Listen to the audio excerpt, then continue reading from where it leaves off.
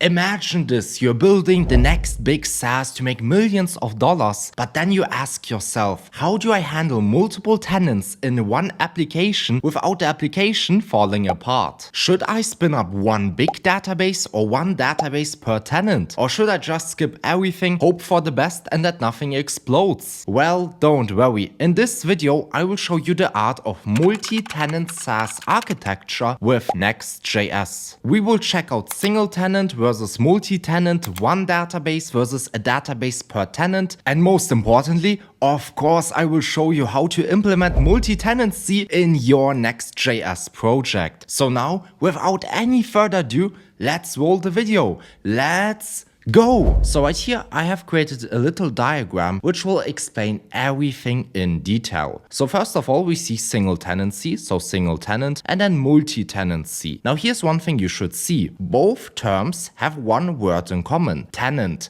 What is a tenant? Well, at the core, a tenant is essentially a user or an entity. What does this mean? Well, at the end of the day, a tenant is you, a tenant is me, a tenant is your friend, your dog. Any person, any human can be a tenant. But at the same time, a tenant can also be a company. Amazon, Google, YouTube, whoever I guess you want. Okay, so now we know what a tenant is, or at least what a tenant at its core is. But what is single-tenant architecture? So single-tenant architecture just means that each tenant, each client gets their own infrastructure. This means both on the compute level, but also on the database level. So in the diagram, you see we have one tenant, and one tenant gets the compute. This means your app, your server, but the tenant also gets their own database, and that's for each tenant. Now, if you hear that for the first time, I think you will probably say, hey, this kinda sounds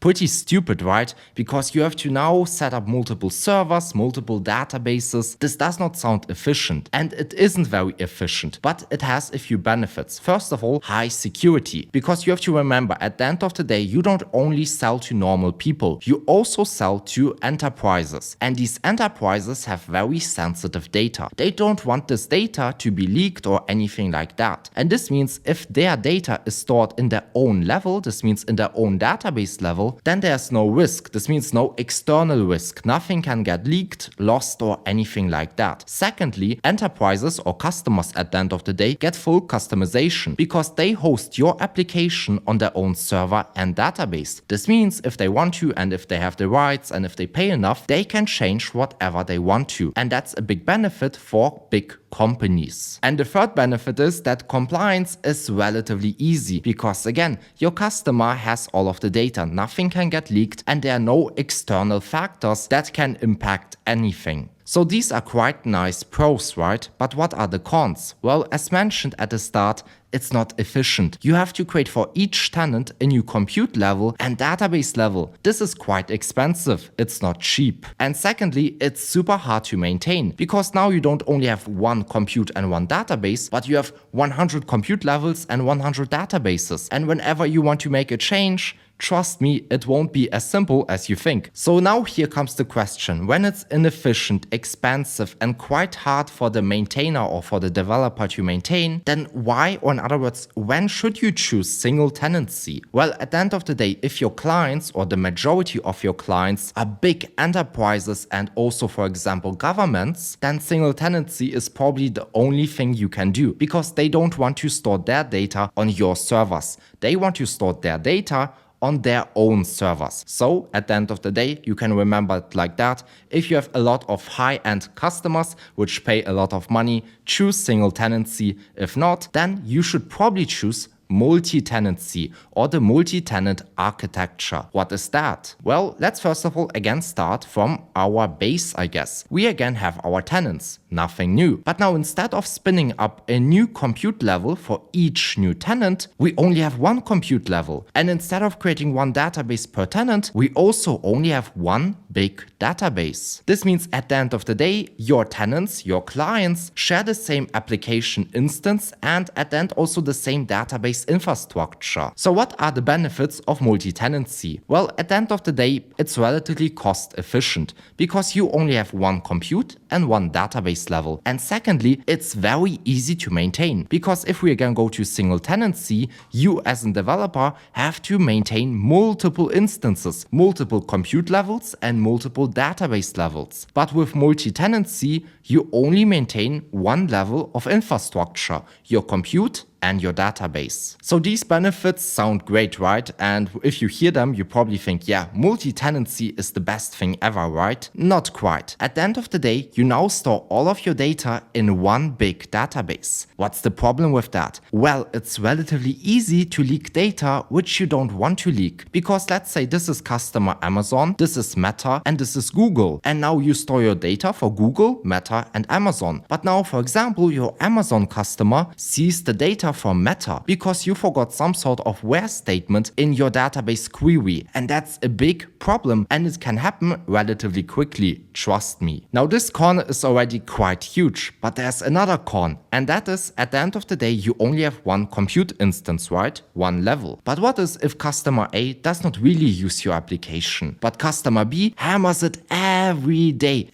query, mutation, and the problem with that is that at the end of the day, one user or one tenant will overuse your application while the other one will not. So now you might say, okay, multi-tenancy has its own cons, but it still sounds better. It's more efficient, and sure, the cons can be quite bad if you leak data, but it's probably manageable. But are there any other variations of multi-tenancy? Well, there's another variation. So right here we again have multi-tenancy, multi-tenant 1, multi-tenant 2. What's the difference? Well, the difference is that instead of now housing everything in one big database, we now have one database per tenant. So this is very similar to our single-tenant architecture, so where each tenant gets its own database, but instead of also getting its own compute level, we have one shared infrastructure for the compute level. Meaning each tenant at the end of the day shares the same compute level, the same server, if you want to call it like that. But instead of having one giant database, we create one database per tenant.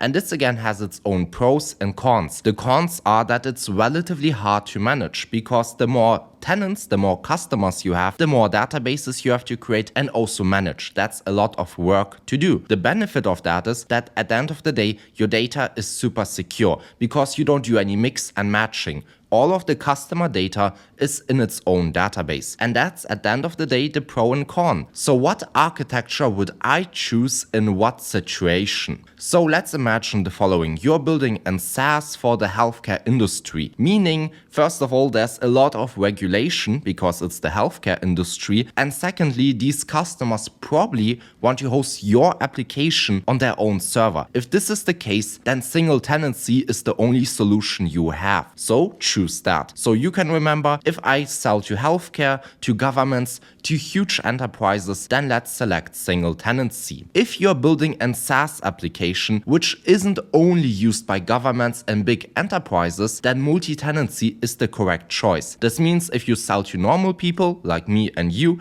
if you sell to businesses, this means a business like Kind, like Cal.com, or even a business like, for example, Google and Meta, then multi-tenancy is the correct choice. Now you might say, okay, Jan, multi-tenancy is the correct choice for me, but what should I choose? One big database or one database per tenant? Honestly, that's your choice. You have to make it yourself. I personally always choose multi-tenancy too, just because it's way easier to manage and I don't really sell to any governments or big enterprises where it really matters to have such strict rules or such strict security. So if you sell to a lot of governments, then maybe multi-tenancy 1 is the correct choice for you. But if you are the standard, let's say SaaS seller, where you just have a business which normal people use, medium-sized companies, big companies use, then multi-tenancy 2 will probably be the correct choice, and 99% of companies or SaaSes use multi-tenancy 2 because it's the simplest solution,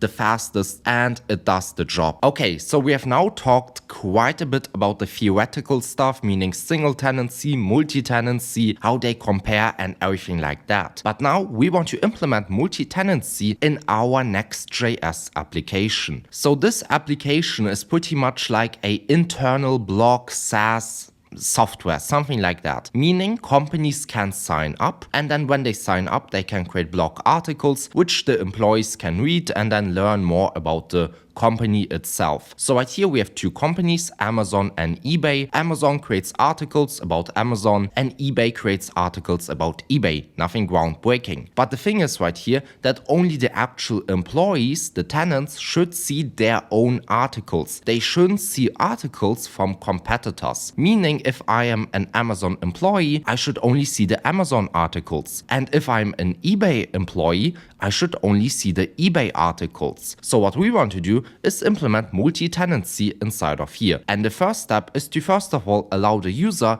to sign in, or in other words to register. Once the user is signed in, we will know if the user is a member of a specific organization. And then in our schema, this means in our table article, let's first of all look at it. We have an ID, title, content, image, URL. You see relatively standard stuff, but we also have a tenant ID. And then later on, once the user signs up and has an organization, or in other words is a member of an organization, we can pass right here the organization ID or tenant ID, call it whatever you want. Organization and tenant is pretty much the same thing. We can pass it right here, and then in our page.tsx we can use an where statement and we can say, hey, we want to only get the articles from the user's organization ID. I know this probably sounds right now a bit complicated, so let's first of all implement everything and then you'll understand it quite easily. So to make everything work, we will use Kind. Kind is a channel sponsor, but at the same time it's also my favorite auth solution. They offer both authentication and authorization. This means we will first of all allow the user to authenticate, and then we will allow the user to authorize with its individual organization. And you know what? What we will do right now is like a little speed run, an authentication speed run. Let's implement authentication in 1 minute or so. Step 1, sign in. Once you're signed in, we can create a new business or a new project with a business name, kind domain, number of employees and region. Then let's save this. Since the project is now created, we can click on the project. Now we have a little onboarding flow. So I want to use Kind with my existing code base. I want to use Next.js. This is the framework which we use. And then we want to allow our users to sign in with email,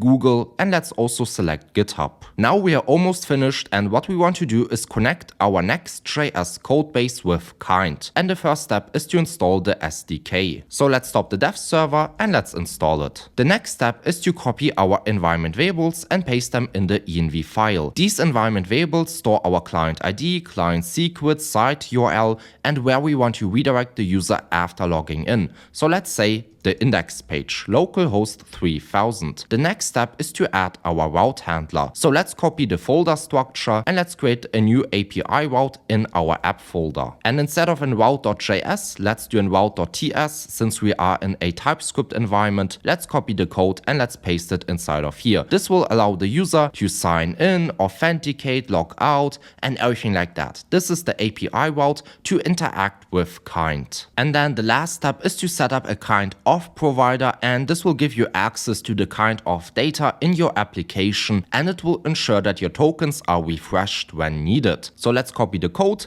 let's paste it in our auth provider file. This is marked as use client, and then we can go to our layout and wrap everything in our auth provider. So as you now see, we've wrapped everything and now we are finished. Since we are now finished with the backend, we can now allow the user to log in and sign up. So let's import the register link and login link component from Kind, and instead of using buttons, let's use our register link and login link. These two components are headless, so we can give them a class name, and if we now go back, we have our two buttons. Let's now register. So we now got redirected back to the Kind authentication page, and now I can register with Google. So now I'm authenticated and I got redirected back to the index page, but our two buttons did not update. So let's change that. Let's check if the user has a valid session. So we can use the get Kind server session hook. This one's on the server, and then we can destructure get user. Then let's fetch our user, and instead of rendering our register and login link, we can do ternary, and we can check, hey, if the user has a valid session, then let's just return our logout link. And if not, let's return our register and login link. If we now save this and go back, we now see welcome Jan and then log out. And if we also go back to the current dashboard, we now see one user, and this one user is me, Jan Marshall, with my email. Now here's one thing which you should see. Organizations. As you see, I am in the default organization and we can create multiple organizations. So let's go to our organizations tab in the dashboard and let's create a new organization. So let's again go back. We have the company Amazon and the company eBay. So let's create our first organization and this will be for Amazon. For the handle, let's say Amazon lowercase and let's save it. Let's also do the same for eBay, uppercase eBay, and then for the handle, lowercase eBay. So as you now see, in total we have 3 organizations, eBay, default and Amazon. The default organization is where all users get inputted as in default, and eBay and Amazon are 2 organizations which are independent, meaning I can add users independently into these organizations, and one user can also be a member of multiple organizations. This means if I go back to the users and then to myself, Jan Marshall, and then if we scroll a bit to the bottom, we have our organizations, and currently I'm a member of the default organization, but I want to also say that I, Jan Marshall, am also a member of the Amazon organization because, for example, I'm an employee. So let's edit our organization and let's say I'm also a member of Amazon. Let's save this and now I'm officially in 2 organizations, Amazon and the default organization. So now we have all of our organizations created and we also said that I myself am a member of the Amazon organization. This means we can now go to Prisma or to Prisma Studio, and then if we go to the tenant ID, I can now add our organization ID. So if we go to kind, you see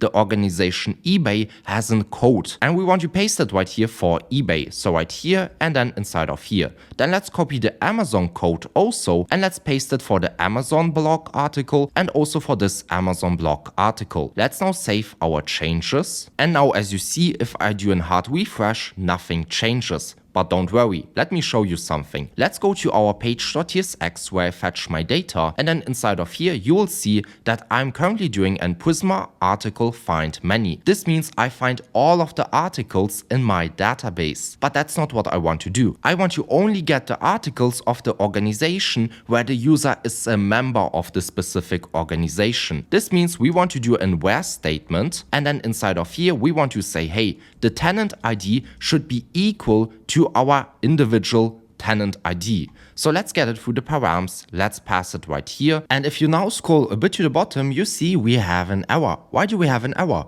Well, that's because we are missing one argument, our tenant ID. But currently we don't get a tenant ID. So what do? Well, we use our best friend. This is the getKind server session hook. Let's again import it. And instead of the structuring get user, we want to get organization. This is again in promise. So let's await it. And now we have our organization.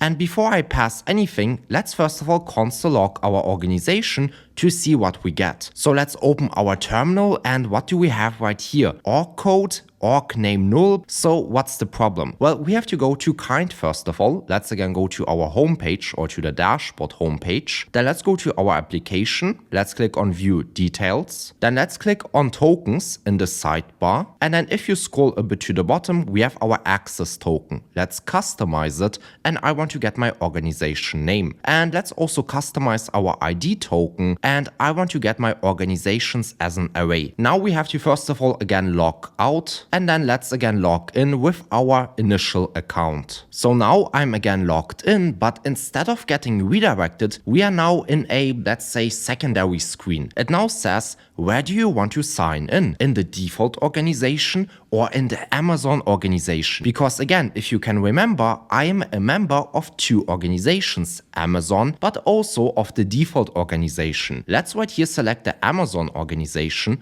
and let's continue. As you now see, we still see welcome Jan, that's all fine. But if I go back and open my terminal, you now see the org code, but also the organization name, Amazon. This is my current organization. We can now pass this as an argument. So let's pass our organization.org code. As you see, this could be not defined, so let's do an if check and let's say, hey, if there's no code, then let's say no organization found. And if we now save this and go back, you see we only get 2 blog articles. Why is that? Well, that's again because I'm only a member of the Amazon organization. And in our query, we now have an where statement, and we want to only get articles where the tenant, where the organization matches the organization which we are a member from. Now let's remember one thing again. So I am a member of the default organization and also of the Amazon organization. But you know, it's quite standard practice that a user is allowed to switch organizations in the app itself. So we want to implement that. So let's first of all go to kind, and I want to allow the user, or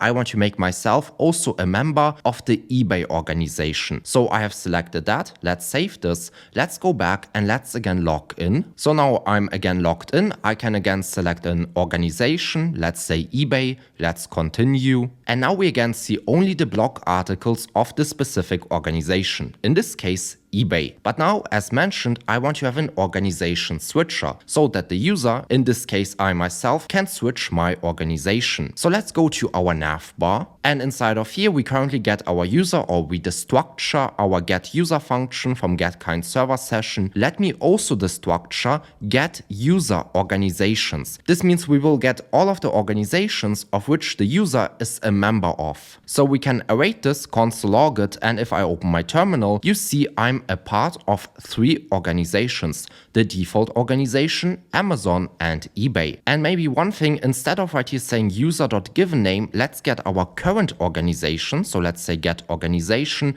Let's also await this. So constant organization await, get organization. Then instead of the user.givenName, let's get the organization.org name. So if I save this and again go back, you now see welcome, you are in the eBay organization. Great. That's what I wanted. But now I want to create the switcher. So let's go underneath the p tag. Let's create a div element, and we want to map over our organizations inside of here. So let's get our organizations.orgs. Then let's do .map. And then for now, let's just return a standard p element. If I now go back, we see default organization, Amazon, and eBay. But if I click on the organization, nothing happens. But I want to switch my organization. So let's go back, and instead of using the p tag, let's get our login link. And for the login link, we want to add a property, which is the org code. And this will be equal to our org.code. We can now save this. Let's go back. And if I now click on, for example, Amazon, you will see, welcome, you are in the Amazon organization. And the result from our query has also updated